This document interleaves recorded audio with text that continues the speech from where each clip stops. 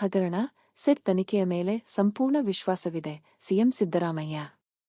ಬೆಂಗಳೂರು ವಾಲ್ಮೀಕಿ ನಿಗಮದಲ್ಲಿ ನಡೆದಿರುವ ಹಣಕಾಸಿನ ಅವ್ಯವಹಾರದ ಬಗ್ಗೆ ಈಗಾಗಲೇ ಎಸ್ಐಟಿ ತನಿಖೆ ನಡೆಸುತ್ತಿದ್ದು, ಇದರಲ್ಲಿ ಸರ್ಕಾರಕ್ಕೆ ಸಂಪೂರ್ಣ ಭರವಸೆಯಿದೆ ಎಂದು ಮುಖ್ಯಮಂತ್ರಿ ಸಿದ್ದರಾಮಯ್ಯ ಶುಕ್ರವಾರ ಹೇಳಿದ್ದಾರೆ. ವಿಧಾನಸೌಧದಲ್ಲಿ ಸುದ್ದಿಗೋಷ್ಠಿಯಲ್ಲಿ ಮಾತನಾಡಿದ ಅವರು, ರಾಜ್ಯ ಸರ್ಕಾರಕ್ಕೆ ಹಾಗೂ ವೈಯಕ್ತಿಕವಾಗಿ ನನ್ನ ವರ್ಚಸ್ಸಿಗೆ ಮಸಿ ಬಳಿಯುವ ಪ್ರಯತ್ನವನ್ನು ವಿರೋಧ ಪಕ್ಷಗಳು ಮಾಡುತ್ತಿವೆ ಎಂದು ಆರೋಪಿಸಿದರು. ವಾಲ್ಮೀಕಿ ಅಭಿವೃದ್ಧಿ ನಿಗಮದ ಅಕೌಂಟ್ ಸೂಪರಿಂಟೆಂಡೆಂಟ್ ಚಂದ್ರಶೇಖರ್ ಆತ್ಮಹತ್ಯೆ ಮಾಡಿಕೊಂಡ ದಿನವೇ ಅವರ ಪತ್ನಿ ನೀಡಿದ ದೂರಿನ ಮೇಲೆ ಪ್ರಕರಣ ದಾಖಲಿಸಿ ತನಿಖೆ ಆರಂಭಿಸಲಾಗಿದೆ. ಮೇ 31ರಂದು ಪ್ರಕರಣದ ತನಿಖೆಗೆ ವಿಶೇಷ ತನಿಖಾ ತಂಡ ಎಸ್ಐಟಿ ರಚಿಸಲಾಗಿದ್ದು, ಇದರಲ್ಲಿ 4 ಮಂದಿ ಹಿರಿಯ ಐಪಿಎಸ್ ಅಧಿಕಾರಿಗಳು ಇದ್ದಾರೆ. ತನಿಖೆ ಅತ್ಯಂತ ದಕ್ಷವಾಗಿ, ವಸ್ತುನಿಷ್ಠವಾಗಿ ನಡೆಯುತ್ತಿದ್ದು, ನನಗೆ ತನಿಖೆಯ ಮೇಲೆ ಸಂಪೂರ್ಣ ವಿಶ್ವಾಸವಿದೆ ಎಂದರು. ಯೂನಿಯನ್ ಬ್ಯಾಂಕ್ ಆಫ್ ಇಂಡಿಯಾದ ಅಧಿಕಾರಿ ಮಹೇಶ್ ಎಂಬುವರ ದೂರಿನ ಮೇರೆಗೆ ಸಿಬಿಐ ತನಿಖೆಯನ್ನು ಕೈಗೊಂಡಿದ್ದು, ಇಡಿ ಸ್ವಯಂ ಪ್ರೇರಿತವಾಗಿ ತನಿಖೆಯನ್ನು ನಡೆಸುತ್ತಿದೆ. ಎಸ್ಐಟಿ ಈಗಾಗಲೇ ಪ್ರಕರಣಕ್ಕೆ ಸಂಬಂಧಿಸಿದಂತೆ 12 ಮಂದಿಯನ್ನು ಬಂಧಿಸಿದ್ದು, 34 ಕೋಟಿ ರು. ನಗದು ವಶಪಡಿಸಿಕೊಂಡಿದೆ.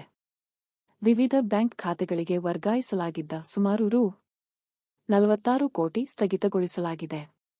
ಪ್ರಕರಣದಲ್ಲಿ ಯಾವುದೇ ಅಕ್ರಮ ಆಗಿಲ್ಲ ಎಂದು ನಾವು ಹೇಳುತ್ತಿಲ್ಲ.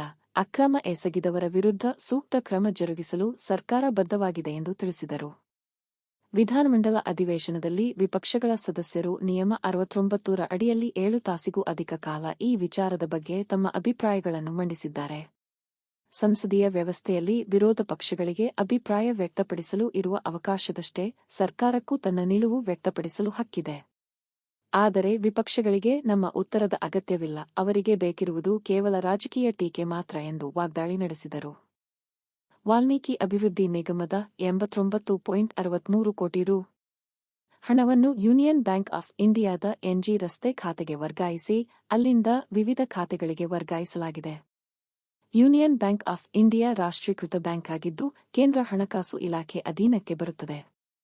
ಬ್ಯಾಂಕ್ ಅಧಿಕಾರಿಗಳು ಇದರಲ್ಲಿ ಶಾಮೀಲಾಗಿರುವ ಕುರಿತು ಆತ್ಮಹತ್ಯೆ ನೋಟ್ನಲ್ಲಿ ಪ್ರಸ್ತಾಪಿಸಲಾಗಿದೆ. ಇದಕ್ಕೆ ಯಾರನ್ನು ಹೊಣೆ ಮಾಡಬೇಕು ಎಂದು ಪ್ರಶ್ನಿಸಿದರು.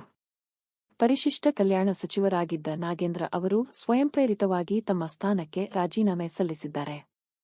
ಬಿಜೆಪಿ ಆಡಳಿತ ಅವಧಿಯಲ್ಲಿ ಬೋವಿ ಅಭಿವೃದ್ಧಿ ನಿಗಮದ ಹಗರಣವಾದಾಗ ಅವರ ಪಕ್ಷದವರೇ ಆದ ಗೂಳಿಹಟ್ಟಿ ಶೇಖರ್ ಅವರು ಪತ್ರಿಕಾಗೋಷ್ಠಿ ನಡೆಸಿ ಮಾಹಿತಿ ನೀಡಿದ್ದರು.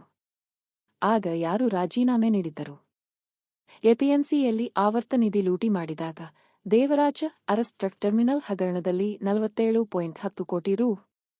ಅವ್ಯವಹಾರವಾದಾಗ ಅಂದಿನ ಮುಖ್ಯಮಂತ್ರಿಗಳಾಗಿದ್ದ ಯಡಿಯೂರಪ್ಪ, ಬಸವರಾಜ ಬೊಮ್ಮಾಯಿ ರಾಜೀನಾಮೆ ನೀಡಿದರೆ, ಈ ಪ್ರಕರಣಗಳಲ್ಲಿ ಇಡಿ ಯಾಕೆ ಸ್ವಯಂ ಪ್ರೇರಿತವಾಗಿ ತನಿಖೆ ಕೈಗೆತ್ತಿಕೊಂಡಿಲ್ಲ ಎಂದು ತರಾಟೆಗೆ ತೆಗೆದುಕೊಂಡರು. ಎಲ್ಲಾ ಅಭಿವೃದ್ಧಿ ನಿಗಮಗಳ ಹಣವನ್ನು ಕಡ್ಡಾಯವಾಗಿ ರಾಜ್ಯ ಖಜಾನೆಯಲ್ಲಿ ಜಮಾ ಮಾಡಲು ಈಗಾಗಲೇ ಸೂಚನೆ ನೀಡಲಾಗಿದೆ. ಹಣಕಾಸು ನಿರ್ವಹಣೆಯಲ್ಲಿ ಪಾರದರ್ಶಕತೆಯನ್ನು ತರಲು ಹಲವು ಮಾರ್ಗಸೂಚಿಗಳನ್ನು ಹಣಕಾಸು ಇಲಾಖೆ ಜಾರಿಗೊಳಿಸಿದೆ. ಮುಂದೆ ಇಂತಹ ಪ್ರಕರಣಗಳು ಮರುಕಳಿಸದಂತೆ ಸರ್ಕಾರ ಎಚ್ಚರಿಕೆ ವಹಿಸಲಿದೆ ಎಂದು ಹೇಳಿದರು.